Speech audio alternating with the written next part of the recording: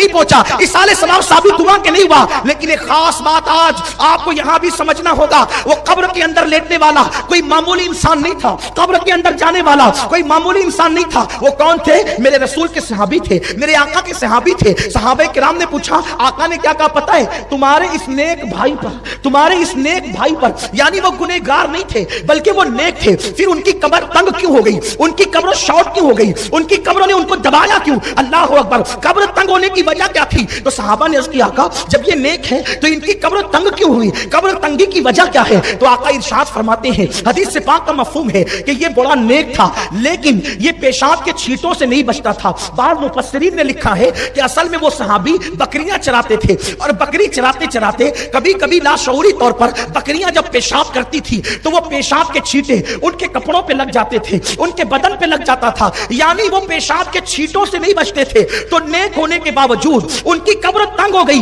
حضور کی تسبیح پڑھنے کی برکت سے کشادہ ہو گئی. لیکن میں تم سے پوچھنا چاہتا ہوں، جس کو اللہ کے رسول نیک کہہ رہے ہیں، اگر وہ پیشاب کے چھینٹوں سے لاشعوری طور پہ نہ بچ سکے تو ان کی قبر تنگ ہوتی ہے. تم تو کھڑے کھڑے پیشاب کرتے ہو، فلموں میں جاتے ہو، جمعہ کے دن بیٹھ کر کے پیشاب کرنے کا انتظام نہیں ہوتا، کھڑے کھڑے پیشاب کرتے ہو، بغیر طہارت کے رہتے ہو، غسل جنابت فرض ہو جاتا ہے، اسی حالت میں دن بھر گزر جاتا ہے، دو تین دن گزر جاتے ہیں. اور پھر مجھے بتاؤ، اگر کوئی پیشاب کے چھینٹے سے نہ بچے تو صحابی رسول کی قبر امت کی عبرت کے لیے تنگ کی جا رہی ہے. پیشاب کے چھینٹے کیا ہے؟ ارے چند چلو پانی سے پیشاب کے چھینٹے دھلے جا سکتے ہیں، وہ دھلنے والی ناپاکی سے اگر صحابی نہیں بچ رہے ہیں تو تعلیم امت کے لیے ان کی قبر تنگ کی جا رہی ہے. وہ گناہ جس کو 7 سمندر کا پانی بھی دھل نہیں سکتا، تم ان گناہ سے نہیں بچ رہے ہو. بتاؤ تمہاری قبروں کا حال کیا ہوگا، ہماری قبروں کے معاملات کیا ہوں گے؟ اللہ اکبر. آج مسلمان قبر کے حوالے سے اس قدر بے باک ہو گیا، قبر کی فکر ہی نہیں. اذان ہو رہی ہے، مستی مذاق کرتے ہوئے چوک پر بیٹھے ہوئے ہیں، نکڑوں پر بیٹھے ہوئے ہیں، گھروں کے اندر فلمیں دیکھ رہے ہیں، سیریل دیکھ رہے ہیں، موبائل کے اندر گیم کھیل رہے ہیں، موبائل میں ڈوب چکے ہیں. کوئی کیرم کھیل رہا ہے، اللہ اکبر، کوئی شراب کے اڈوں کو آباد کر رہا ہے.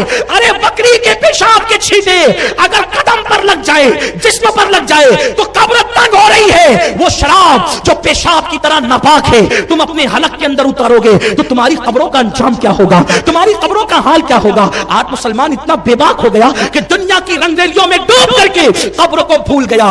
یاد رکھنا، قبر وہ قبر ہے جہاں پر کسی کا خاندان نہیں دیکھا جاتا. قبر وہ قبر ہے اللہ اگر جہاں کسی کی خوبصورتی نہیں دیکھی جاتی، کسی کی وجاہت نہیں دیکھی جاتی، کسی کی مال و دولت نہیں دیکھی جاتی. قبر انسان کو چاروں طرف سے دباتی ہے. اللہ کے رسول علیہ الصلوۃ والتسلیم فرماتے ہیں کہ جب بے نمازی کو اس کی قبر میں رکھا جاتا ہے تو جب قبر اس کو چاروں طرف سے دباتی ہے تو چاروں طرف سے اس کی پسلیاں آپس میں ایسے مل جاتی ہے. یہ انگلی کر کے اللہ کے حبیب نے انگلیوں کا اشارہ کر کے بتایا، دونوں طرف کی پسلیاں آپس میں مل جاتی ہے. اے میری قوم کے جوانوں، کرم کلب میں بیٹھ کر کے وقت ضائع کرنے والوں، شرائط پر تاش کے پتے کھیلنے والوں، حرام لقمہ اپنے پیٹ میں ڈالنے والوں، ایک وقت وہ جلد آنے والا ہے. موت کی تلوار تمہارے سروں پر بھی لٹک رہی ہے، موت کی تلوار میرے سر پہ بھی لٹک رہی ہے. بولو ہم نے کیا تیاری کی ہے؟ آج مال و دولت کی محبت میں اتنے غافل ہو گئے کہ قبر کو بھول گئے. میرا اللہ قرآن میں فرماتا ہے، الہاکم التکاثر حتی زرتم المقابر، مال کی زیادہ طلبی نے تمہیں ہلاک کر دیا یہاں تک کہ تم قبر کے دہانے تک پہنچ گئے.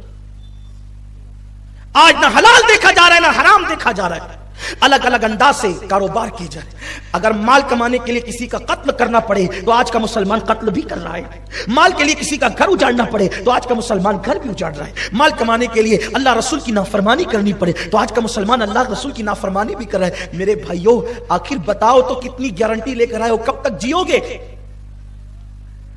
حلال مال کمانے والے مال اپنی قبروں میں نہیں لے جائیں گے تو حرام کمانے والے لے جائیں گے اپنی قبر میں مال.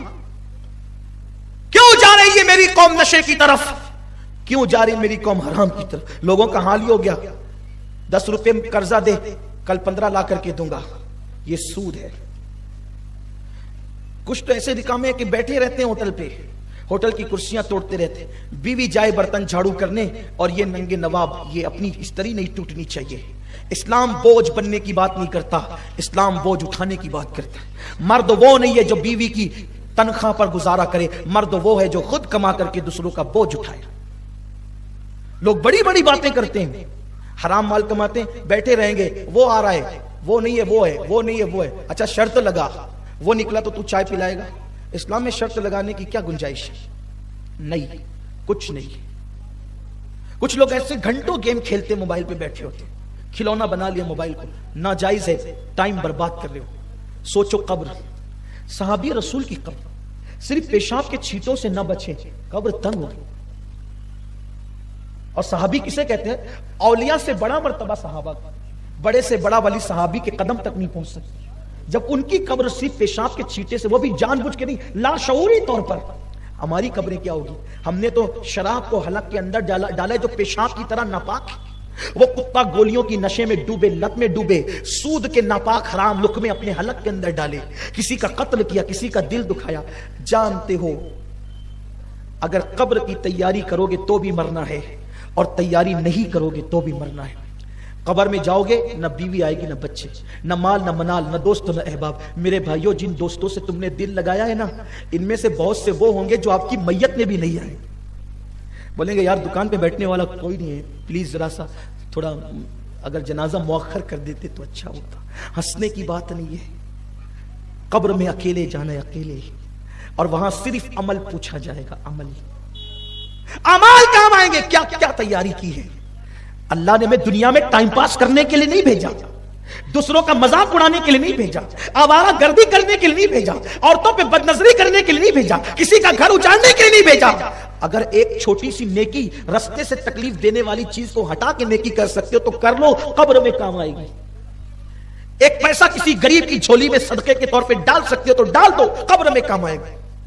ہم نے قبر کی کیا تیاری کی؟ اللہ کے حبیب صلی اللہ علیہ وآلہ وسلم فرماتے ہیں قبر جنت کے باغوں میں سے ایک باغ ہے یا جہنم کے گڑھوں میں سے ایک گڑھا ہے. تم پر چھوڑ دیا گیا، اب تم اپنی قبر کو کیا بناتے ہو بناؤ. یا جنت کے باغوں میں سے باغ بنا لو یا جہنم کے گڑھوں میں سے گڑھا بنا لو. قرآن کہتا ہے الذی خلق الموت والحیات لیبلوکم ایکم احسن عملا. اللہ نے زندگی اور موت پیدا کر کے تم سے امتحان لیا ہے، کون تھوڑی سی زندگی کو پا کر اچھا عمل کرتا ہے. اچھے اعمال کے لیے آئے ہو، اچھا عمل کرو. کیوں پاپ کرتے ہو؟ کیوں گناہ کرتے ہو؟ جس وقت موت آئے گی میرے بھائیوں، آج تم اپنی جوانی پر غرور کر کے کیا نہیں کر رہے ہو؟ آج تم اپنی زندگی میں تکبر کر کے وہ کون سا گناہ جو ہماری زندگی میں موجود نہیں ہے؟ مذاق میں بھی جھوٹ بولنا حرام ہے، جھوٹ اپنی عادت بن گئی. ایسا مت کرو. اپنی گفتگو کو اختتام پر لے جاتے ہوئے کہوں، قبر کیا ہے صرف اتنا سمجھ لینے والا انسان قبر کی تیاری کرے گا. بات قبر کی آ گئی ہے تو میں عرض کروں، وہاں کا تو دن بھی رات سے خطرناک ہے. میرے بھائیوں، وہاں کا دن بھی رات سے خطرناک ہے، تو وہاں کی رات کا عالم کیا ہوگا؟ اگر اپنے کمرے میں ہم ہو، لائٹ آف ہو جائے، لائٹ چلی جائے، پنکھے بند ہو جائے تو اپنا 10x10 کا کمرہ ہمیں پریشان کرنے لگتا ہے. اپنے کمرے میں چپکلی چوہا دیکھ کر ہم ڈرتے ہیں. 10x10 کے کمرے میں اندھیرے میں اور گرمی میں اپنا من نہیں لگتا، ہم باہر نکل کر کے آتے ہیں. جب قبر میں اندھیرا ہوگا، قبر میں گرمی ہوگی، قبر میں تاریکی ہوگی تو باہر نکل کر جاؤ گی کہاں؟ قبر میں ٹھنڈک لانا ہے، نماز پڑھو. نماز پڑھ کے آقا کی آنکھوں کو ٹھنڈک پہنچاؤ، نمازی بنو. سب کے لیے ٹائم ہے، رب کے لیے ٹائم نہیں. کب تک گناہ کرو گے؟ کب تک گناہ کرو گے؟ اللہ کے حبیب صلی اللہ علیہ وآلہ وسلم غیب داں نبی فرماتے ہیں جب مردے کو اس کی قبر میں رکھ دیا جاتا ہے تو لوگ اس کے منہ پر مٹی ڈال کر جب پلٹتے ہیں تو مردہ ان کو حسرت سے دیکھتا اور کہتا ہے بھائی تو بھی جا رہا ہے، چچا تو بھی جا رہے ہیں، ابا آپ بھی جا رہے ہیں، دوستو تم بھی جا رہے ہو. لیکن کوئی اس کی بات سننے والا نہیں ہوتا، حتیٰ کہ وہ قدموں کی آہٹ سنتا ہے اور حسرت سے دیکھتا ہے کہ کاش میں نے ان سے دل نہ لگایا ہوتا. سب سے دل لگانے والوں، رب سے دل کب لگاؤ گے؟ سب کے لیے وقت نکالنے والوں، رب کے لیے وقت کب نکالو گے؟ جن لوگوں کو یہ معرفت نصیب ہو گئی وہ اپنی قبروں کی راتوں کو درست کرنے کے لیے پوری رات روتے تھے. اور یاد رکھنا، جنہوں نے قبر کی تیاری کی انشاءاللہ ان کی قبر جنت کے باغوں میں سے ایک باغ ہوگی. ان کے لیے جنت کا بستر بچھایا جائے گا، ان کے لیے جنت کا بستر بچھایا جائے گا اور کہا جائے گا نم کا نومت العروس، سو جا ایسے جیسے پہلی رات کی دلہن سوتی ہے.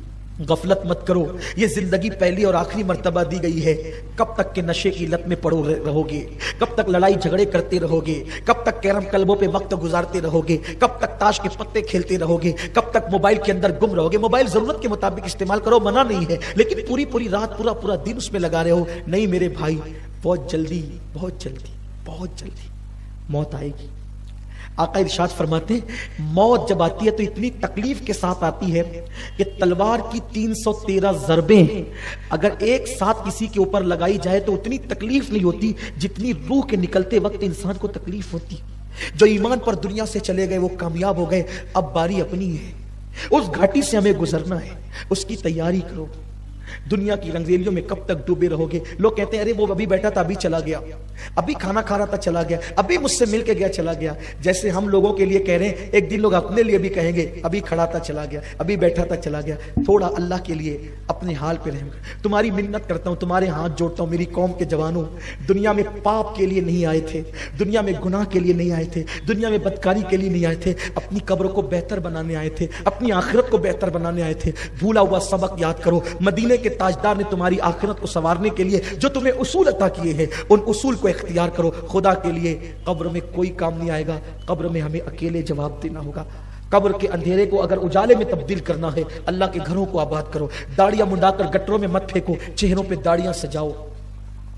صدقہ کثرت سے دو, اللہ بری موت سے بچائے گا. آقا ارشاد فرماتے ہیں جو کثرت سے صدقہ دیتا ہے اللہ اس کو بری موت سے بچاتا ہے. ہمیشہ سچ بولو تاکہ مرتے وقت زبان پہ کلمہ نصیب ہو, اچھی موت آئے, کلمے والی موت آئے. گانے مت گنگناؤ, کانوں میں ایئر فون لگا کر کے وقت